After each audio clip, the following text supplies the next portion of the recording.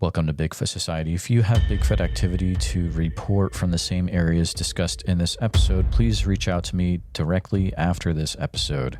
And if you'd like to be on the podcast to discuss a personal Bigfoot encounter, please reach out to me directly at bigfootsociety@gmail.com. Do you wish there was more Bigfoot Society to listen to every week? Well, there is now. If you become a supporting member over at Patreon, you get a special members-only episode every single week on Wednesdays, and sometimes even more episodes. Head on over to patreon.com/the Bigfoot Society. And now let's get on with the show. All right, Bigfoot Society, I've got the privilege of talking to Dan today. He reached out to me and was curious if he would be able to share some things that he experienced. And I said, yeah, absolutely. Let's chat about it. And Dan, I hope all is going well. I'm going to pass it on right over to you, and feel free to share what's going on, brother. All right. Thank you. So this was 2021 elk hunting season. I didn't draw my usual tag in central Idaho where I grew up. Usually we hunt in the Frank Church wilderness, but didn't draw early enough. I'm out of state now. I live in Washington. So closest, best choice was up in the panhandle of Idaho. So we got our tags there. My dad headed out, about half a week early before opening day. I still had to finish up work for the week, and he wanted to scout. Turns out he had actually fought on he was a wildland firefighter for most of his life, and he had been up there, so he knew it. I hadn't. Even though I grew up in Idaho, North Idaho was like a different state to us. So I got up there a couple days before opening season. He met me at the base of the mountain, and we just started winding our way up. It was about a 2-hour drive just to get to the top of this ridge line. And then from there, just trying to find a flat spot. That's something you'll probably hear me say over and over. This was probably the most brutal terrain I've hunted in, and I've been hunting my entire life. Straight up and straight down. It was just horrible, heavily wooded. So we just started driving along ridge lines, trying to find a flat spot where we could fit both of our pickups and establish a base camp. And we eventually did. Pretty much hit the end of the road on this one ridge line, found a spot, set up base camp. Since we were still about a day out at that point from opening day, we're chilling, scouting around a little bit. It was pretty much the only time we saw people up on that mountain. A lot of locals driving around with their kids on side-by-sides, four-wheelers, whatnot. And what was funny, later on, my dad and I actually commented to each other. We ran into some locals, and they asked, hey, are those your pickups up at such and such spot? And we said, yeah. And they said, are you guys going to hunt up here? And this is what's weird. I talked to at least 3 hunters separate from my dad, and he talked to 3 or 4 others. All of them chuckled and said, you got the place to yourself. No one hunts up on that mountain anyways. Yeah, have fun. And we thought, hey, great.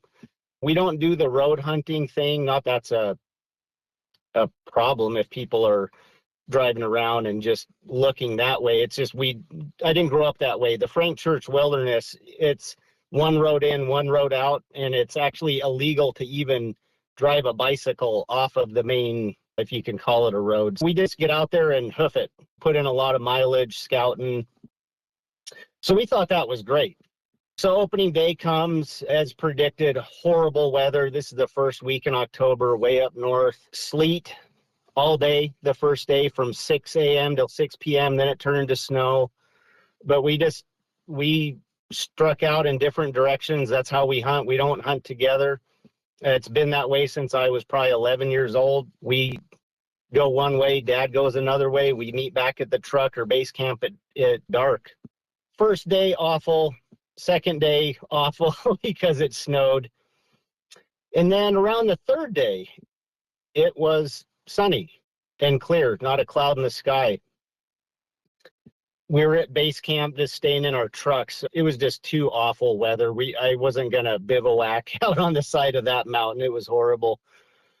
So He went east, I went west along the ridge line, pretty much hit a dead end pretty quick. There's this massive rock formation that goes from the top of the mountain all the way to the bottom, and it's impassable by foot. So I started going south a little bit, ended up coming back by base camp, and it was roughly noon, 12:30, and decided I'd been all over the southwest portion of that mountain the previous 2 days, so let's just head south by southeast. I knew my dad was due east on the ridge line, so I wasn't worried about bumping into him or anything.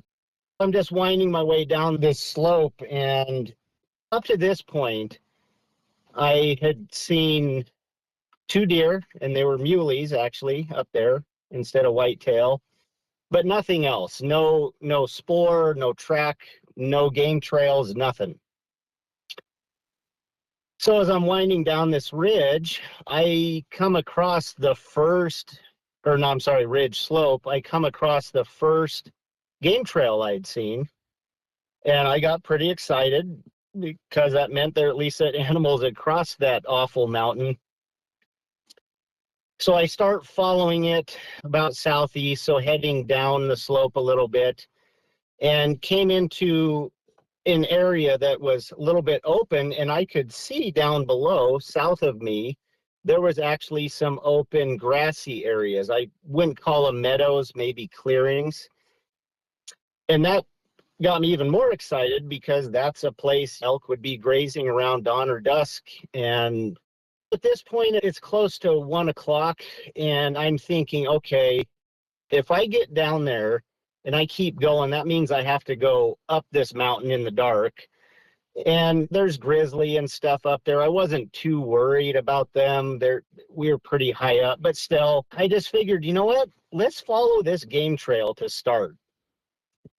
And I'd been standing there, I don't know, 5-10 minutes, just looking down and looking to the game trail, which went actually east by northeast, so back up the mountain a little bit, which was more or less the direction I wanted to head towards the last half of the day. And I'm just standing there, and I could see all the way, there's a break in the tree, so I could see these grassy areas, and they went in steps. And I just made a note to myself, hey, I'll come back tomorrow, hit it early, get down there and get down there before even daylight and lay up somewhere.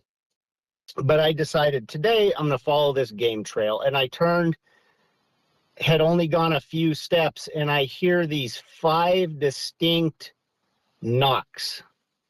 And the best way I could describe them, it's if you spelled it out in a comic book, T-H-O-K, thok.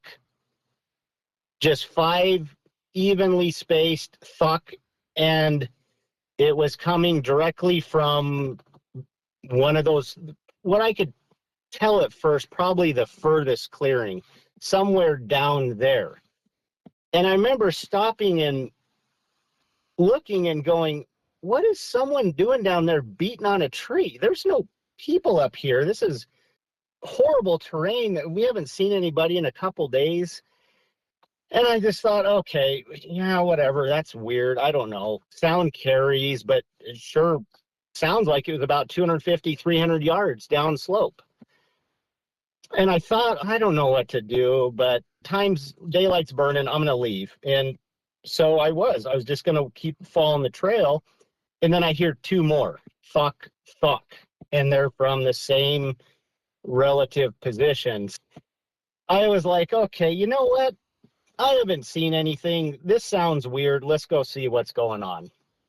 And at this point, I was just thinking, if these are people, what would they be doing down there? This doesn't sound like someone cutting wood. It just sounds like someone taking a big chunk of wood and just whacking it on a tree. I'm like, this doesn't make any sense. But all right, let's go find out what it is. I'm bored. So I start going down the slope. And like I said, it would go in steps. So slope down and then hit a little bit of grass.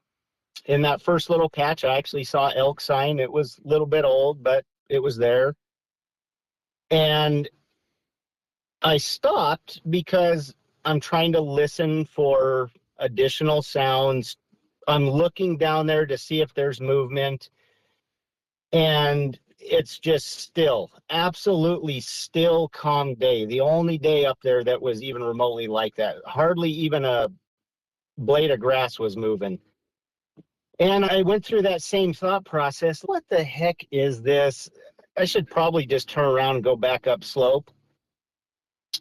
So probably 5 minutes went by because I'm looking and listening, and then whack, I hear it again.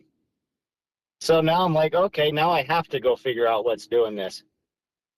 So my brain switched from this might be a person down there doing who knows what to I don't know what type of animal. I've hunted in the Pacific Northwest my whole life. What animal could do that? But I thought that's the only thing that makes sense at this point. I can't imagine a person somehow getting up on this mountain, not being visible to us on the only road, which we were at the terminal point of that road. And what would they be doing down there doing something like that? It just didn't make sense. So I'm going through animals. Maybe a bear's messing with a log. Maybe something's kicking a tree. Whatever, I'm going to find out. So I start walking down again. And I'm stopping frequently. I had gone into stalking mode. So I'm walking very quietly, trying not to even break the crust on the snow, that little skiff of snow too much, and listening. I hear nothing. The wind's not blowing. I started thinking maybe it's a tree that's bumping into another tree, but I would stop and look, and a slight breeze, maybe 5 mile an hour breeze would come up, but hardly enough to even wiggle, like I said, grass. So, okay, that's weird. That's not it. But I'm not hearing anything, so I'm like, once again, maybe I should just turn around, forget this happened, and come back tomorrow. And then I get another single knock. Okay, whatever it is, it's still down there doing whatever it's doing. I'm going to keep going. And this repeats itself again. And I get a third knock. And I'm repeating the same process. I started moving so quietly and slowly because I started getting this weird feeling that these knocks were only coming when I was stopped, and that didn't make any sense, but I wasn't hearing them while I was walking. And once again, this whole distance was about 250, maybe 300 yards. And this whole time, me closing on where I thought the sound was coming from ended up being about 50 minutes. So you can see that I wasn't rushing and bashing through trees and obscuring any sound. I'm listening, and I never heard that sound until I had been stopped for minutes. And then I would get a single sound, and that would keep me going. And by the time I had gotten the fourth knock, and it once again just repeated itself like that whole pattern, I was now getting down off the slope and into level ground towards that grassy area. And now I'm probably 50, 60 yards out from this grassy area. And at the end of it was basically a wall of young trees of different height. And as I heard that last single fourth knock, it really sounded to me like it was coming from somewhere behind that screen of trees. Okay, it's totally obscured from me. What's behind there's obscured. I'm like, all right, I guess I'm going to have to go right up to it and figure out what this is somehow. I'm level, I'm walking, and to my right, there's this little, I describe it as a long half pipe in the ground. It's just, if it was runoff, boy, it cut a nice smooth little gulch there, but I knew that in order to get into this clearing, I'd have to cross that. And once I crossed that, all the trees that I thought I was using as cover, there was intermittent trees that I was trying to move behind a little bit because my thinking is, oh, I'm going to sneak up on some animal doing something weird. So let's be quiet and see what it's doing and how it's making that sound. And I'm getting closer, and when I reach the edge of that little dip in the ground, I stop and go, okay, once you cross this, you are now in the clearing and you're out in the wide open. So if something's back there, it can possibly see you. So I'm just, okay, getting ready, had my rifle to my, not up, but at a low ready. So buttstock in my shoulder, muzzle down towards the ground. And I take a deep breath. I'm like, all right, here we go. And right as I'm about to do that comes, I can only describe it like a slow rate of fire machine gun, but it's the deep wood knocks, just boom, as fast like a machine gun. But loud, deep, not like a stick cracking against a tree, but the same deep, thick sounding knocks, but just like rapid fire. And I just was like, what the heck is going on here? And I'm like, okay. And I remember saying this in my head. I'm like, it's definitely behind those trees because that's where that sound came from. And so I'm like, all right, oh boy. And now I'm getting a little nervous because I'm like, I can't see into those trees. So maybe I should skirt out into this clearing and work my way around. The trees went in imagine a capital J, and I was below the foot of the J, and the trees arced around. And I thought, okay, I'll loop around and just keep some distance from these trees in case some animal comes barreling out at me. So take a deep breath, get the rifle steady. Once again, not pointing it. Those rules of gun safety. I've been handling guns since I was 4. I didn't have a target. I didn't know what was back there. I'm not going to point my firearm at anything. Take a deep breath, and I step out into the open, and it was like I made it maybe 2-3 steps, and this thing, I tried describing it to someone else. It was like having a bomb go off right in front of me. This thing, I don't know what it was swinging, but it must have been picked up a small tree, and just the force and violence behind this was just a kaboom. It just smashed into, I don't know. It floored me. I literally, if someone could have caught me on video, I just stumbled backwards, almost tripped and fell over. I've got all my gear on my back, my rifle slung in, and I just staggered back in shock. And I look up, and it all I could see was the chest up, and it let me tell you, when I told this, I didn't tell my wife this for a year. I even told a YouTube channel about this, but I left out this part because I'll tell you what happened afterwards, but it'll explain it. When I looked up, because I staggered back, I'm looking at my feet, tripping over grass, and all I can see is this massive shoulders, neck, head, and this thing's just standing squared off to me, just looking down at me, what people would say, looking down your nose. And this is how I told people the story. I heard this massive explosive smash, and then it's like film reels of my brain got cut out, and I don't remember what happened except for what I did next, which was I see this thing maybe for 1001, 1002, maybe 3, probably not, more like 2 seconds.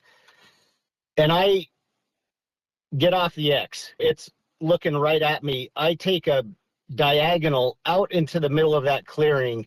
Then I bring my rifle up to my shoulder, and I start backing out. Rifle pointed right at that tree. I had the scope at 1 power. I was hunting with an AR-10, chambered in 308. And I'm backing up, and every single fiber of my being is just screaming to run. I knew not to do that. But there's this is what chokes me up, is there's that part of me, just an experienced hunter, that says, don't run, don't turn your back on it.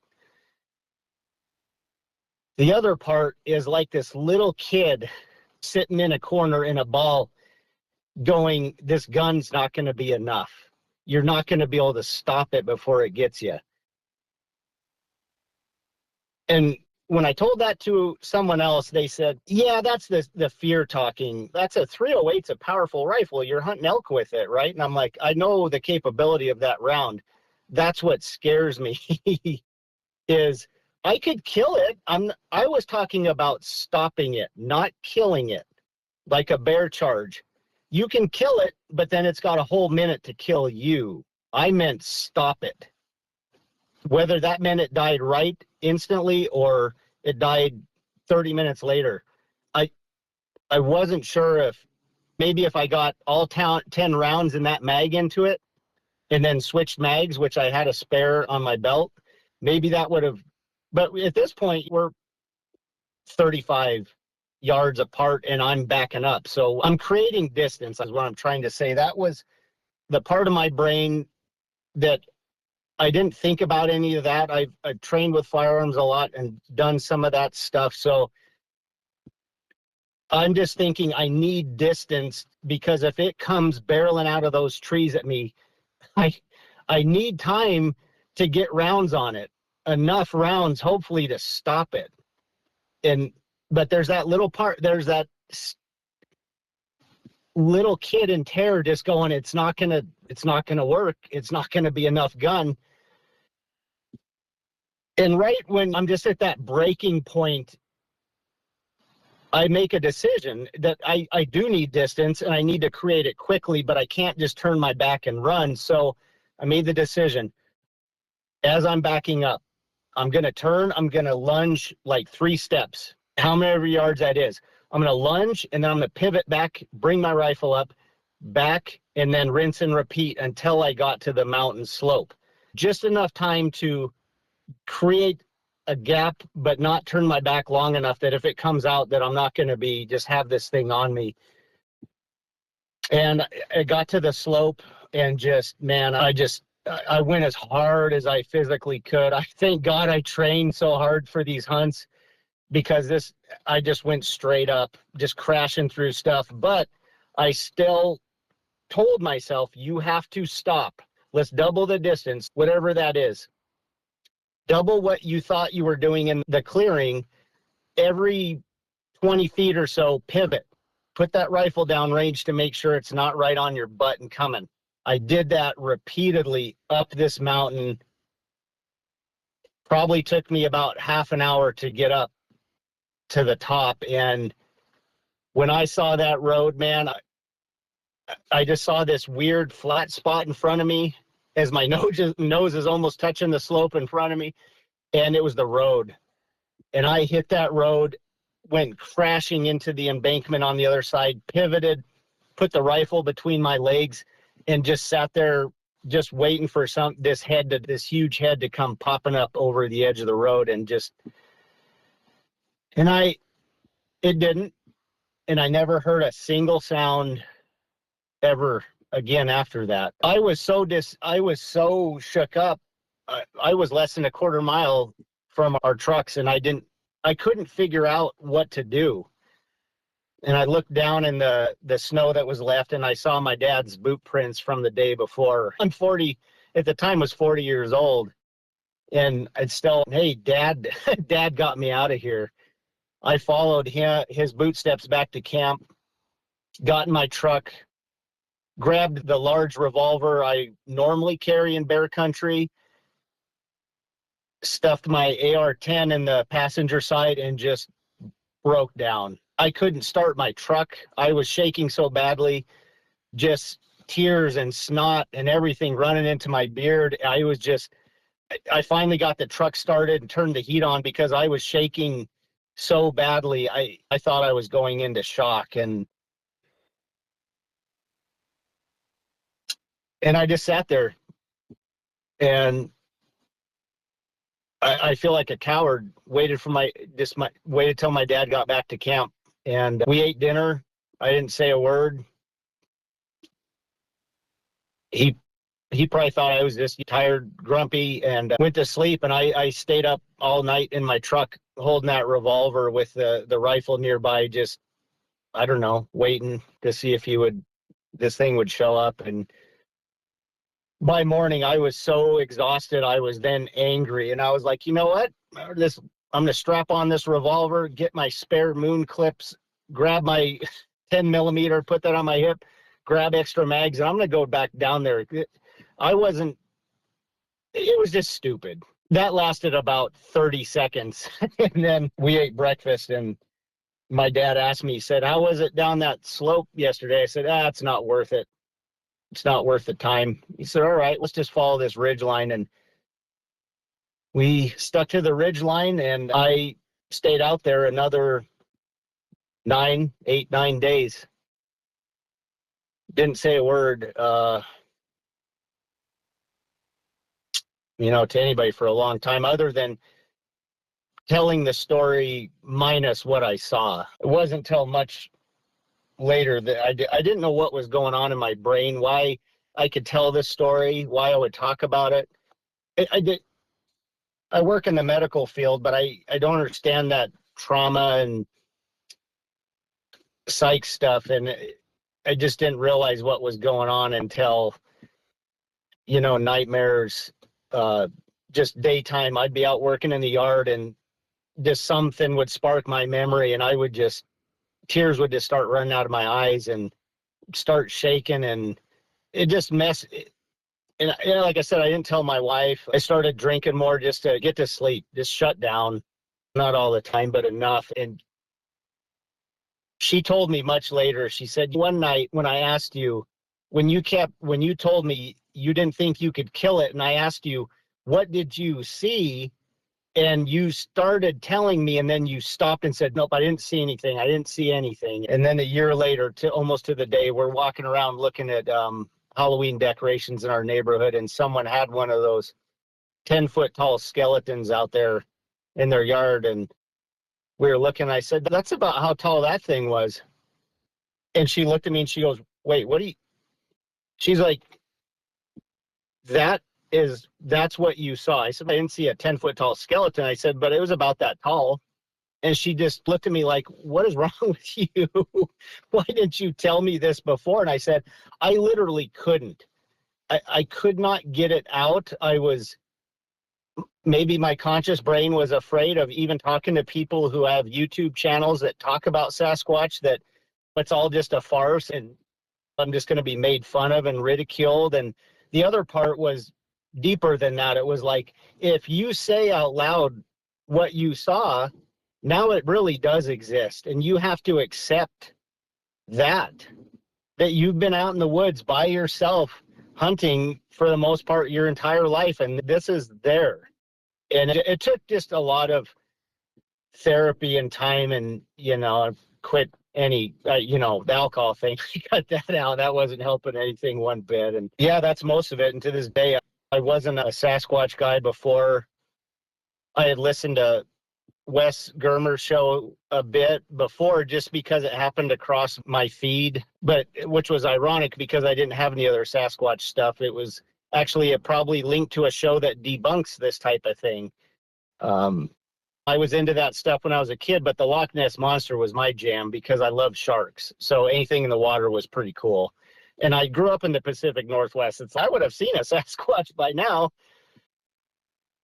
But yeah, I don't know what else to say. I've got to look at it. The thing that got me was, I don't understand the size of this thing. Don't think I'm exaggerating when I say 10 foot, because we were both on level ground. And I'd been staring at these trees a while. And in relation to me, I had a rough approximation that they were, 7, 8 foot. And this thing's chest up was above some of these trees that it was standing in. But just the size, the only way I guess I could compare it is if you've ever seen a Cape buffalo or something like that, they're just a massive animal. I'm not saying this thing looked like a bodybuilder or anything. It was just a wall of meat and bone and hair. It was just so big. When it was standing obviously on two legs and glaring at me, the only thing I could see of its face, and once again, I didn't look at it very long. I glanced and saw it and got this broad picture of it. I was not going to look that thing in the eyes. And like I said, I got out of its line of sight and into that meadow as quick as I could. But its skin, if that's what it was, its skin must have been black, because I could just see a strip where I guess the nose is and most of the forehead. And then it just had like a beard and mustache, fully just like a bearded dude all the way up to his cheekbones. The hair came down pretty far in its brow, so it wasn't a high forehead. But that's all I saw. I didn't see eyes. I didn't see lips. I tried not to fill in details and exaggerate. It was just like this black tea, big beard, hair. Its hair wasn't long and shaggy. It looked dense, but not very long. And the coloration, I guess the only way I could compare it is if you look at some older pine trees where they start to have a lot of grays in them, I guess that would be the predominant color, gray, but with browns and charcoal colors. It was strange. But it was like looking at a tree where there's a predominant color, but there's some other shades that are so subtly blended in that it almost, you question, like, okay, what color would I say that is? He never made a sound. I usually say he because I could see most of the chest and it was just flat. But that's about it for that. Dan, that's a wild account. Probably one of the more intense ones that I have heard. I can definitely see how it would have taken you a long time to get to the point to share that with people, for sure. Is it okay if I ask you some questions about that experience? Of course, yeah. All right. So you mentioned already that there were parts of it that you didn't look at for certain reasons. Are there details of the face that you were able to remember? I know you didn't look into the eyes. Yeah. And I don't think I could have seen the eyes anyways. I don't know if it was just heavy browed or recessed sockets, but it I guess more or less looked like just a massive human head. I could see the whole profile of it because it was I guess the reason I could tell you the color is it was in such contrast to all those beautiful green young trees that it was standing in. The profile, as far as the head, didn't look particularly conical. It just looked like a big human head covered in hair and a beard and mustache and just all the way up to his cheekbones. And I thought about it, I've listened to obviously your podcast and some other ones now, and talking about the nose profile, I couldn't get that any real good profile, but it didn't seem overly broad, if that makes sense, just because that strip that I assumed was its black skin nose didn't look like it was spread out across. Fairly narrow. As far as I told Brian King Sharp, I told him it looked like looking into a Spartan helmet where you have the eyes cut out. Sure. And then just that vertical line where the cheek guards come together. That's about what was exposed on it, other than his mouth was full beard. It's cold up there, so he was getting ready for winter. The warmest daytime temp, I think, was 33, and that was that day. The rest of the time, it was about 24 during the day and about 14 at night. So pretty chilly. But like I said, the size, though, that probably is what broke my brain more than seeing something that had a human profile just all of a sudden standing there in front of me. it just didn't make any sense how big it was. And the breadth of its shoulders, I looked at my 3/4 ton pickup when I was aware enough to look at that. I'm like, this thing's shoulders are as wide as my tailgate. If not, I don't. If it was standing in front of my truck, it might overlap the hood as far as the width of its shoulders, and just so big and just dense looking. Like I compared it to a Cape Buffalo. It just looked like so much mass just right from that chest up. It just seemed preposterous. and that's why my brain was going, I don't know if this gun is going to be enough to stop it, to break it down so it can't keep running and get me.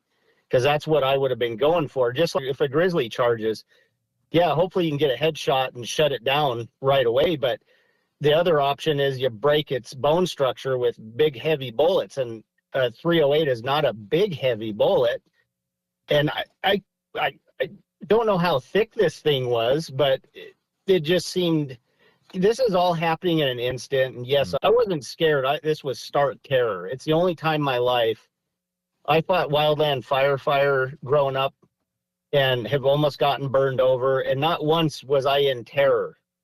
Yeah, maybe a little bit of adrenaline, but training kicks in. This was just the only thing that got me through that was I've had the opportunity to train a lot.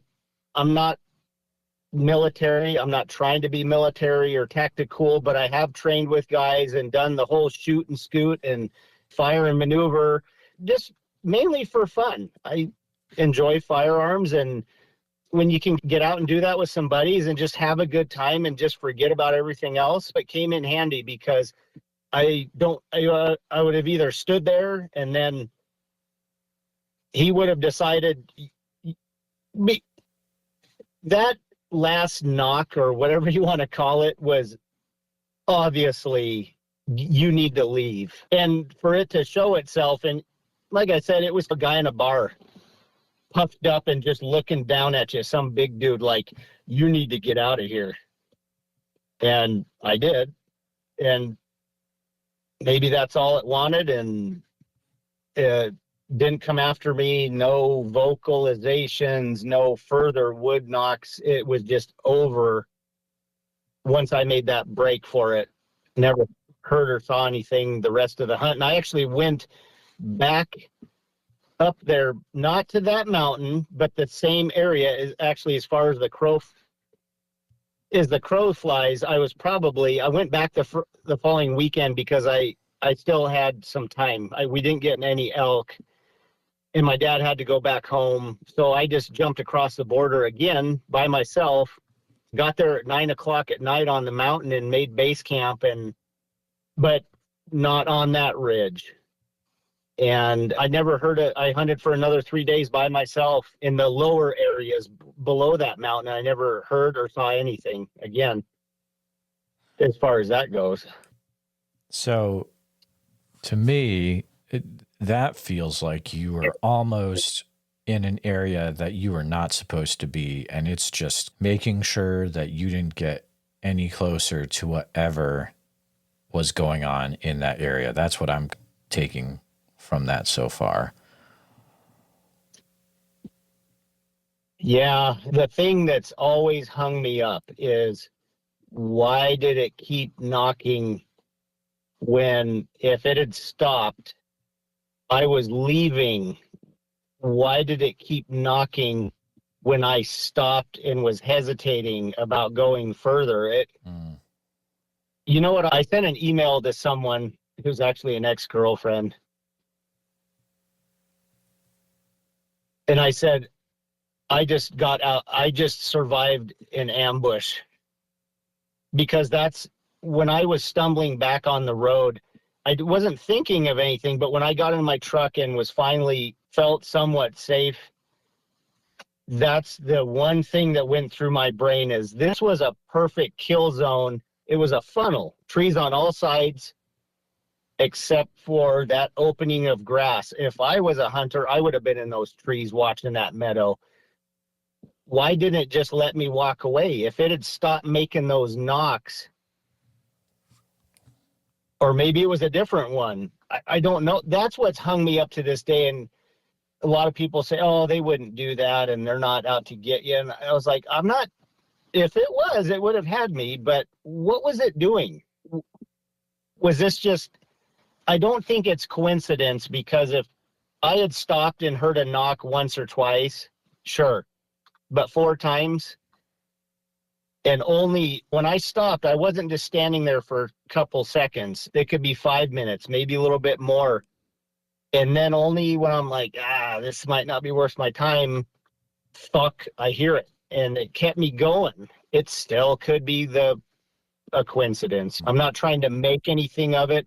That's just what my brain came to, was I got lured into an ambush point and let go. I don't think, if that's the case, I don't think it had anything to do with me as a person. I just happened to be a lone hunter out there, and maybe they're like, hey, let's see if we can take a chance with this one. He's by himself. Or not. Yeah. That's just an idea. None of us know. I don't even know when I was there. It's tricky because would it have been a different story if you were an elk? Is that what they were waiting for, is an elk to come down? There's all these things we don't know. Yeah. But from what you remember and from what you were able to see, how would you categorize what you saw? Would it be something maybe more human looking or ape looking, or just something that's not even in those 2 categories? I would lean more towards that. Not in either one. Yeah, sure, humanoid shape as far as bipedal, shoulders, head. That's it. Even comparing it to a great ape, like a gorilla or chimp or something, it just didn't. It didn't make any. It just doesn't make any sense. They're not that big and square shouldered and thick. Like, it just. Yeah, it's hard. It's hard to even categorize it at all, other than, hey, it had a human shaped upper torso, and I guess it was covered in hair, so I guess you could say that's like an ape, but that's it. You could say a hyena looks like a dog, and it's not. It looks a lot like one, so I don't know. And just to clarify, you'd said that you only saw things chest and up, right? Yeah, it was. These trees were so intermingled. They were pushing out from the main forest into that clearing, and so there was a lot of younger ones interlaced, and so it was really dense. That's what was worrying me, is I couldn't see anywhere. You couldn't see anything within that grove of trees at all. So I don't know if it must have, if it was crouched or behind them and came forward a little bit. I think it must have been crouched. I don't know. Do you remember, was there a smell around at that time? Were there any sounds in the forest around that time? No, it was pretty quiet. Yeah. So interesting. Did you ever, so this is after this all took place, did you ever look into that area to see if there had been any other reported things happening related? No. I was done. Wow. I wanted, like I said, this is later, once I finally, this therapist who was a combat vet was the one who got me on the right track and said, because I couldn't even spit it out to him, and he said, look, here's what I want you to do. Write it all down, the full story from when you left your house. I don't care if it takes you 2 months to write this, write every detail, put everything down, include what you're not wanting to tell me. And when I did that, it was like, okay. It took me about a week of setting that thing aside before I could describe that scene on paper. And then after that, I could talk about it, but well, tell my wife at least. But no, I was like, I don't want anything to do with this. I'm done. I swore that day, I was like, I'm never going hunting again. I'm not even, I'll set foot in a city park. That's it. I'm not why that's running around, but once again, for some reason, I went back the weekend after by myself at night. Yeah, so no, I don't. I apologize. I didn't look into anything. So the therapist then, I would guess, read what you wrote down. No. Oh, really? Okay. He said, when you're done, I want you to go burn it. Wow. If you can, where this happened. And I haven't made it back there yet. So you still have that paper intact? I do, yeah. Is that something you think of where you think you'll ever go back to that area and burn it, or maybe not so much? Yeah, I think I will. Plus, I've had more time to think about it, and I don't know. I went the following year, spent 2.5 weeks in the Frank Church wilderness. Didn't bother me one bit. I was up there by myself for days. My dad had to go back home to help my mom, and that was fine. No problems. Yeah, I just might.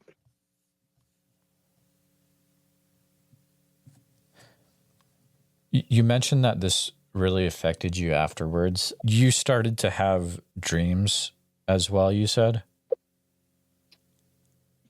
Yeah, those night terrors. Okay. The worst though, which is fine. I've dealt with that stuff before, sleep paralysis and all that. I've had that really bad for over a decade. But the worst part was just being awake, and it's the middle of the day. Once again, this happened at 1 o'clock in the afternoon, so it was broad daylight. I could just be all safe here in our home, and just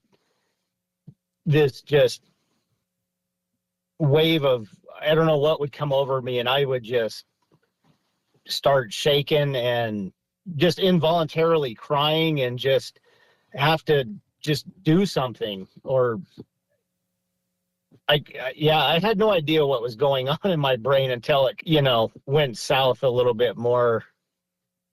I just couldn't process it. And I obviously wasn't talking about it, other than I could tell the rest of the story. It sounded good. It sounded almost like a cool hunting story where something weird happened. And I think that's what I was trying to do in my brain, is build up. If I tell a few people minus what I saw, because they'll think I'm crazy and I will have to acknowledge what happened, let's just tell the rest of it. I heard these crazy knocks and who knows what happened. And yeah, it was fun, right? But in the meantime, it's just this ball of whatever just getting compressed tighter and tighter in me. And yeah, it was just something else. During the dreams, were there any times when it felt like there was something trying to communicate to you at all? No, I would I would catch a sleep paralysis moment of this just hulking black figure coming through the door, or I would just wake up already sobbing and not know why, just feel scared, like a little kid, just scared. And I'd just get out of bed and leave the bedroom. And I don't even remember most the dreams, really. It was just that waking up in stark terror for no reason, just pure panic, already fight or flight out of a dead sleep. And have you experienced other strange things before this event, or was this the first time in your life where you've experienced something that was just out of the ordinary?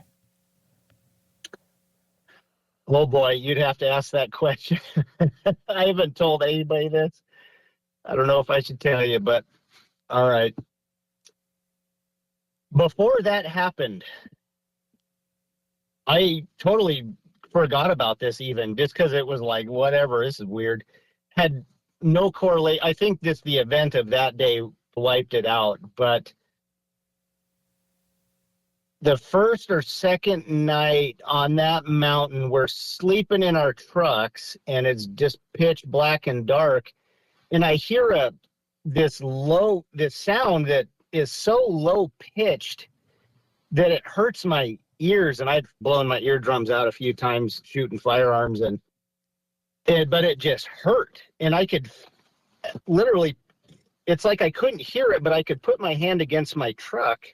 And this is up on this remote black mountaintop with really not much of a road and nothing else around us. South of us, there's not trails, there's nothing. It's just national forest wilderness, like awful terrain.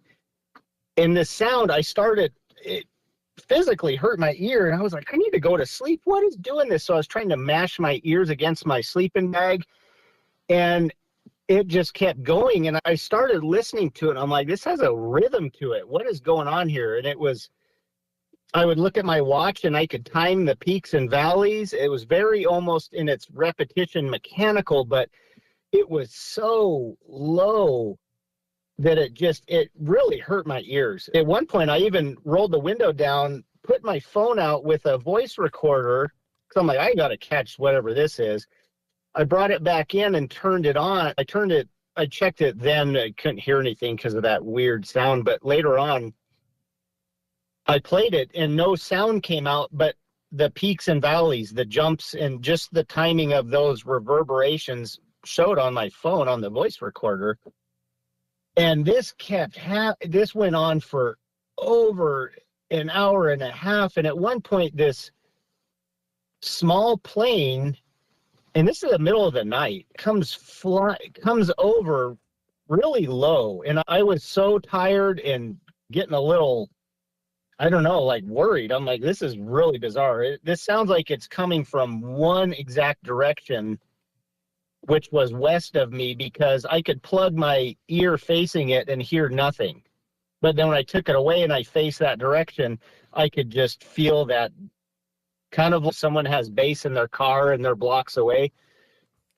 But this plane came over and I thought, oh, maybe that'll make it shut up. I was so tired and exhausted anyways. And sure enough, this plane comes over pretty darn low and the sound stops. And I'm like, oh, thank goodness. And 10 minutes goes by and I'm like, oh, I'm falling asleep. And then it starts back up, but quicker. The beat is quicker. Just this deep hum, and it just starts picking up pace. And I'm like, oh, no. And it's scary because there's nothing else around. I'm like, what is making this is so bizarre. And I got out of my truck once. I flipped from scared to mad again. And I got out of my truck and I'm like, all right, if something's going to kill me right now or come out of the woods. And I could still hear it, and it was coming from one direction, obvious. Just based on how I turned, you can triangulate that sound. And in the morning, I didn't really sleep all night. We got up about 4:00 and my dad crawled out of his truck and I said, how did you sleep last night with that sound? And he said, what are you talking about? And I said, that like super deep vibrating weird bass sound that went on for over 2 hours. You didn't feel or hear that? He's like, my hearing's not so good anymore. So nope. I went, okay, that's weird. And then went about our day and never really thought much of it again. Did it affect you in any other parts beside your ears? No. Okay. That is really weird. Yeah. And I was like, maybe it's some distant mining operation or something. We're up in the woods. Maybe it is something mechanical and just by the nature of how sound carries and crisp, high, cold air. I don't know, but that was weird. It's funny you asked that because I mentioned that to my kid the other day. And of course, he had all kinds of speculation and thoughts about it. But yeah, there's all sorts of stuff. Could it be an infrasound thing? Hard to say. Did you ever experience any strange lights when you're up there? No. And did you hear any other sounds that just did not seem to fit the area that you were in? No. Other than that, running into monster-sized Sasquatch. Right. The rest of the hunt was pretty chill. Had a moose break Yeah. cover right in front of me, almost run me over, and Oh, wow. yeah, there's lots of food up there. There's more. I saw more moose in that location than I have my whole life. And that alone is a good piece of information too, because that's a huge food source. And if you're saying there's tons of it up there, there's another piece of evidence these creatures could definitely be sustained in that region due to the huge food source, besides the fact that you saw it with your two eyes, that's number one piece of evidence right there. But yeah, there's lots of food, lots of protein up there. There's wolf. I ran into some wolf. There's black and grizzly bear, a lot of whitetail. I saw a few muleys, the moose. I just couldn't believe how much not only moose sign, but having them just run across the roads. That was lower down. We had dropped off of that mountain after, coincidentally, the day after that happened. We primarily hunted low because, well, I was happy too. I didn't say anything, but there just wasn't enough animals up there at that time of year. But no, pretty mellow outside that. do you still have that audio you recorded that night? I don't think I do, Okay. other than it had those perfectly timed blips and no audible sound to it. I was just like, what am I going to do with this? That was weird. I just wrote it all off as, Right. I don't know. Did you record any audio or video during the time of the encounter or in the same time of day? No, I probably have some pictures, random things, but no. Usually I don't even carry my cell phone with me. There's no reception up there. So you didn't have a cell phone with you at the time of the encounter? Oh, no, it was in my truck. Yeah. Okay, interesting. I'll probably break it if I carry it with me. And two, it's just, yeah, I guess other than pictures, it's worthless up there. Did you have any other electronics with you? Not on my person. That's interesting. I did. I take that back. My dad and I carry two-way radios. Sure. But I probably had that turned all the way down. I'm pretty sure I did. If one of us suspects that there's an animal close and we need to go into kind of stalking mode, we'll shut them down. Gotcha. Yeah, makes sense. So back to a previous question. Let's say before this hunting expedition, in your life, were there any other strange things that you experienced besides all of this? I've had some odd occurrences hunting that I even then, this is way before that happened, that I still thought it was weird. Do you want me to describe that at all? So sometimes it can be interesting. There can be connections that come up between the two. Yeah, if it's something you feel comfortable sharing. Oh, sure. Nothing paranormal. I admit, up until this point, complete skeptic in all this. As a kid, I would have loved if Sasquatch was real. But as I got to an adult, I'm like a lot of hunters or people that spend a lot of time in the outdoors, I would have seen one by now, at the very least. Of course, then you go back into areas like Montana, Idaho, Wyoming, and you see how much untouched territory, and you could easily go, no, there's lots of things that could live out here and never be seen by a human. Humans don't even go to some of these places that I've glassed from a ridge line. It's humans don't go over here. Right. But I was in one of those areas in the Frank Church. I'd been tailing a herd of elk since before daylight. I'd cut their sign early, had a headlamp on. My dad said he had seen some fresh track and thought it'd be a good place for me to go. And so I cut their track pretty early and followed them up this ridge line and just kept going probably 5+ miles.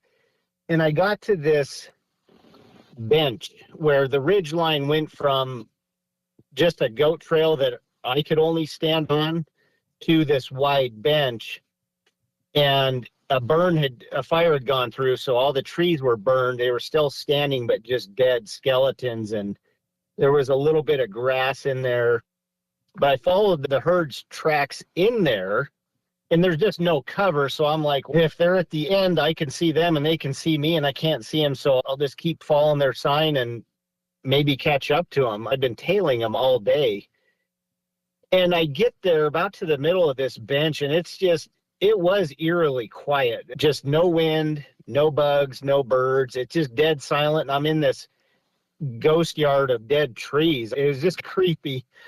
But I got about halfway in, and that herd had just literally button hooked on me and went back the way we had come and dove off the ridge down into this just ravine of trees and awfulness. And I'm like, that's it for them. I'm not going after them down there. And so I stopped behind this downed tree that I sat behind the root bowl so I could have some shade. And I'm just eating and just looking around. And I'm like, this is really this is bizarre. This is really quiet. I haven't seen you think you'd see a bird. Those trees are full of bugs. And it just got that prickly on the back of my neck feel. And I'm like, okay, I can see halfway one way down across this ridge, but what's behind me? Because my back is to this huge down tree. And I just grabbed my rifle and pivoted around, just expecting to see like a cat or something sneaking up on me. And there was nothing, of course, but I just got up, got my gear on, and was like, I'm leaving this place. This doesn't feel right.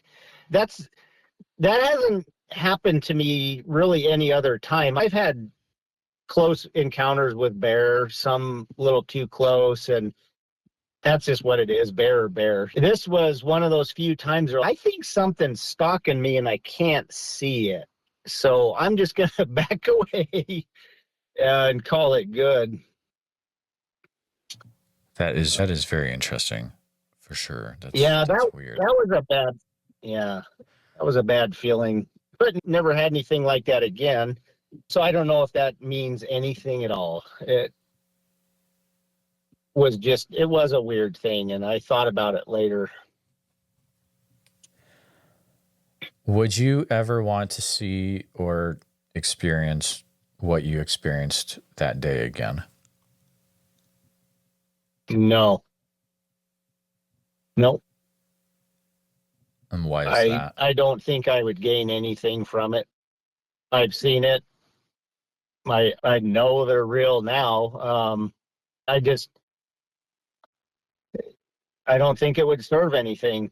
I'd be fascinated to see what their anatomy is laid out on a slab. Not that I'm saying we should go out and kill them. I'm just saying I've been in the medical field my whole adult life. It'd be fascinating to see how they're structured, and other than being scared out of your mind, have some time to really look at them. But outside of that type of scenario, no, I don't want much to do with them.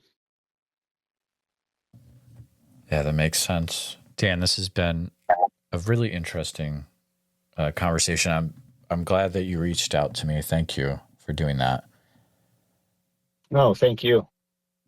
The good thing about this, and sometimes it's not this, but sometimes encounters like this make it so the person never go in the woods again. And it sounds like you're at the point where you're okay with going in the woods.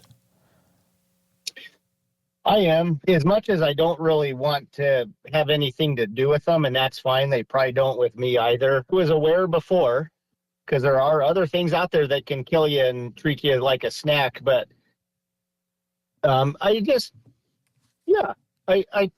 if I hear strange knocking sounds in the woods, I'm not going to go towards them again like an idiot going, whoa, what's this? This is pretty cool. Let's figure out what this is. I'll probably leave that alone. Jeremiah, I apologize, but there's one thing I didn't say about why I thought it may have actually been trying to draw me in, but got really pissed off at the end, is my rifle. I was canoed head to toe. The only thing you could see on me was my eyes. The rest was camouflage, everything. And that includes my rifle. So with that rifle held up against my torso, it looks like my jacket. So I wondered, was it, hey, what's this guy doing by himself? Let's get him a little closer. And once I got close enough and it could clearly see this was a weapon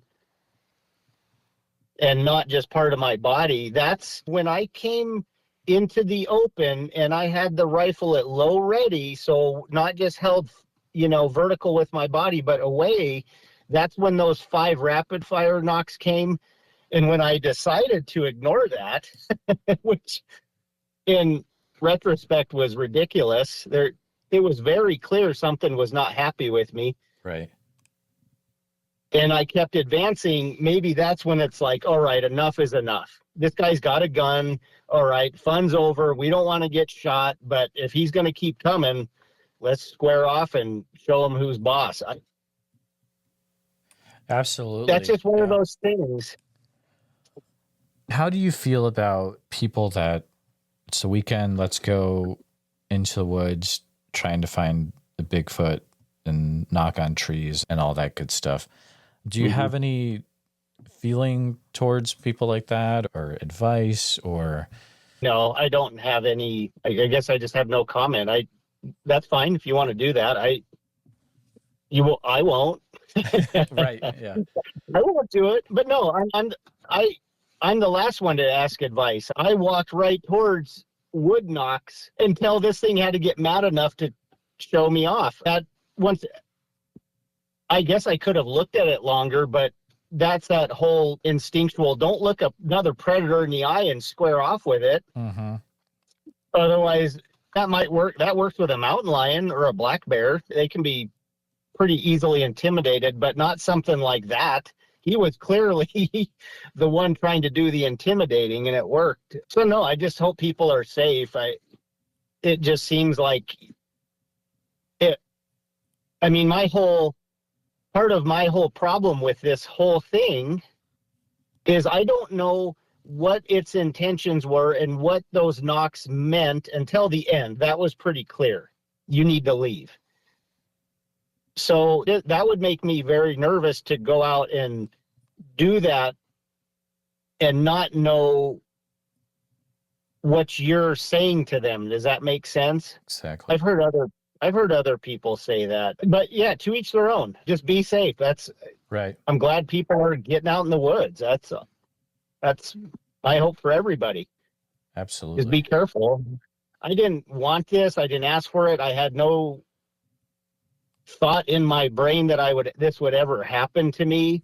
Like I said, it just wasn't a thing to my brain. I guess that's why I walked towards the knocks, is I'm like, okay, don't think it's a human out doing this, and I don't know of any animals in North America that can do this. Let's go figure out what it is. But at no point was it like, oh, this might be a Sasquatch.